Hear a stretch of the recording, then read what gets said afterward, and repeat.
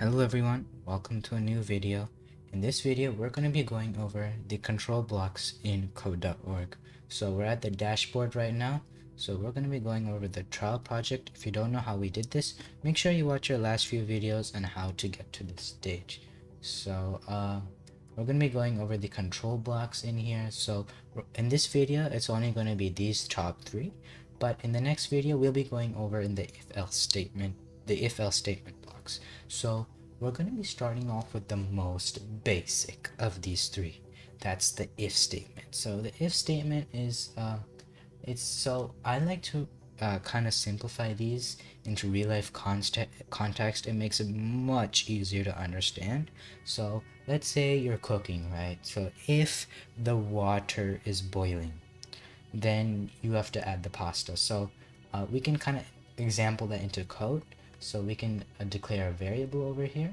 So if the variable of x is equal to 5, then so we have declared the variable x here. So we're going to do if x is equal to 5. Make sure you have 3 equals to signs because that's how code.org works. If you only have 1, it's not going to work out.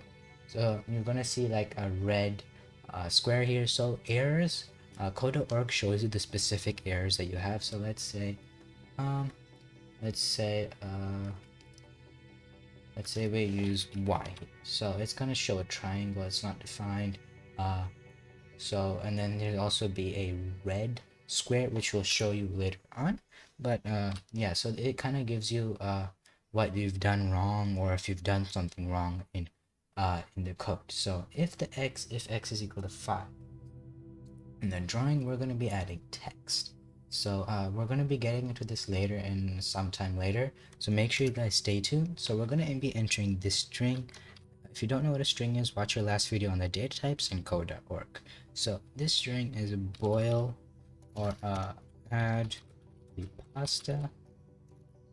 So we're going to be centering this at 200 and 200. So this is the x coordinate. So basically, if you drag your mouse over here, you can see the x coordinates of each point. So the x ranges from 0 over here to 400 over here.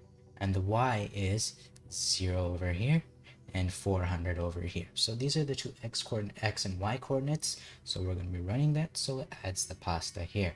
So that's the if statement completed. Now we're going to be going over the while loop. So the while loop is while this value is true, run the code inside of this. So let's put into real life examples again. While the water is boiling, cut the vegetables. So it's kind of like while this is true, run this. So we're going to be giving an example. Let's take up the if block. Let's add the while loop here. So while x is equal to 5. So if we add right here, it's going to show the red square. So that's basically an example of the error code in code.org. So we're going to enter 5. Okay, so while x is equal to 5, run this text, and then we're going to be entering cut the veg, let's say cut the carrots. To be a bit more specific, can reset and run it. Oh wait, we have it here. So the reason why it's not showing up is it's at 0, right, and 15, so it's gonna be like not showing up. So we're gonna center it into 200 and 200. If you guys want to kind of try it out, while you're watching this video, open code.org and just try to run this through. So let's run it. So it's cut. Okay, so you can see that it's running the text here. So while it's true, then we're going to do that. So this is kind of not the very best example to show how a while loop works. So what we're going to do is we're going to be adding a x plus plus. So what that basically is let me just find it real quick. X plus should be somewhere here. Okay. So, okay, so it looks like it's not gonna work. I'm gonna be doing it in the text. So, Okay, while so x plus plus, and then we're gonna be showing blocks. So uh over here, so it's lagging quite a bit. Okay, so it's gonna be so x plus plus, basically what it does is increases the value of x every single time it's run. So the function draw, it's gonna be increased every single frame. So let's go ahead and run this. So the reason it's going to show like that is it is being, and it's in the function draw, so it's going to be run over and over. The way to only get it once is we're going to add a background over here, and let's keep it at white, so it should only be showing as that single. Okay, so it's background white, so it's basically how it works. So it's cutting the carets, right? So that's the text that's displayed. Now we're going to be going over the next one, which is the for loop.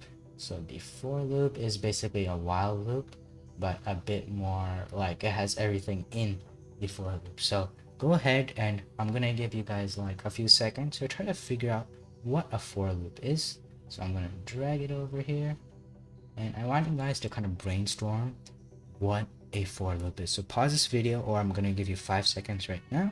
So try to figure out what this for loop basically does. Okay, so a for loop I'm gonna go over right now. If that was not enough time for you, go ahead, pause the video and try to figure it out. So a for loop is gonna be declaring a variable here. So instead of declaring it up here like with the while loop, it's gonna be declaring it in here.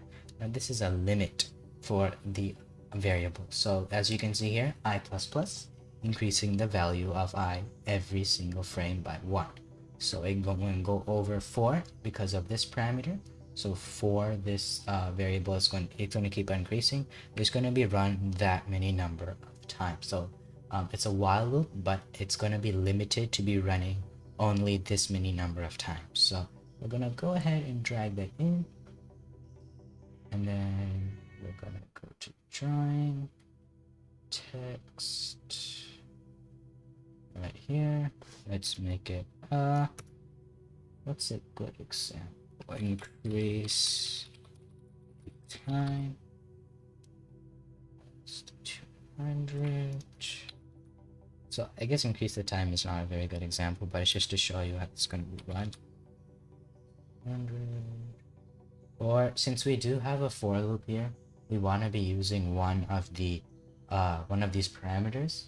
So we're going to be increasing this by 200 plus I. So the for loop kind of gives you a parameter put inside the code that's going to be inside the for loop. So it's going to keep on increasing the x, y position, whatever the string, the variable number that it's going to be put in. So it's I think I put 1 there. Let's put I. Okay, so it's not going to be much of a change. So yeah, so it's going to be only one pixel down. So let's do I times, so this is that times operator, so I times 5, right? So times is the asterisk, which is shift 8. So that's basically how you do times in code. Run it. So yeah, you can see here it's not very clear, but it's good for now. So yeah, so this is basically the control blocks in the game lab. So it's pretty easy, I guess, once you for me, I like to make it into real life context. It's much easier to understand. So next video we're going to be going over the if and else blocks, so make sure you stay tuned.